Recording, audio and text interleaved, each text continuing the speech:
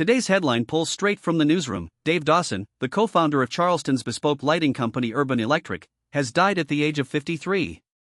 It's a loss that cuts across the local community and the broader manufacturing landscape, as Dawson helped turn an idea into a shining example of American craftsmanship.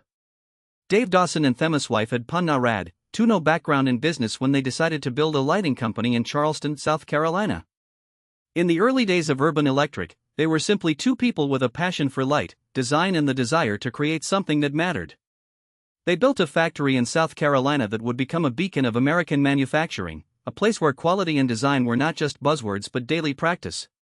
Personal story intersects with business story in the article, and it is a story of people figuring it out as they went along. Davidson didn't start in a boardroom or a design hub. Instead, he worked the wood fence, the circuitry, the research. He and his wife navigated supply chains, assembled teams, and a culture that truly mattered.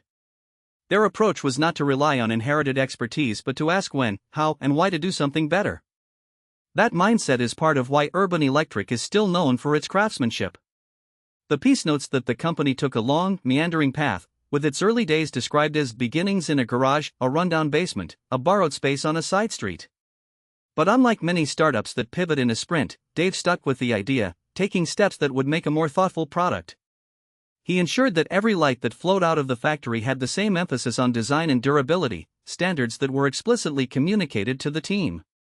As the New York Times quotes designer Stephen Gambrell, they said, "Dave always encouraged everyone to excel, entering and push the limits." That sentiment spilled into the channel of Urban Electric's ethos. The company became a place where an employee would not just grind out hours, but would dream and test ideas in a real, production environment. The story also covers the personal dimension, Dave's wife, the emotional support that helped in those early product iterations, and the occasionally personal down blows as markets shift. In fact, the article highlights that they never lost sight of the core idea that keeps the brand alive. When we do speak of a business success, the common focus is numbers. In this case, the story is that numbers love the quality of hands that craft, the new product cannons that push limits, the craftsmen who show themselves and can be imagined by us everyday people. It was more than a company, it was a living enforcement that a different way was possible. I'm sure many people across the Carolinas will miss their lightmaker, and I know that the turning of a manufacturing line is not just about light bulbs. Every time you turn on a lamp from Urban Electric, you're looking at one of many stories that start from a dream. The article helps us see the corners of that story. This is real, this is a real human story in the manufacturing of light. That's all for our episode. Until next time, remember the light that makes our world brighter.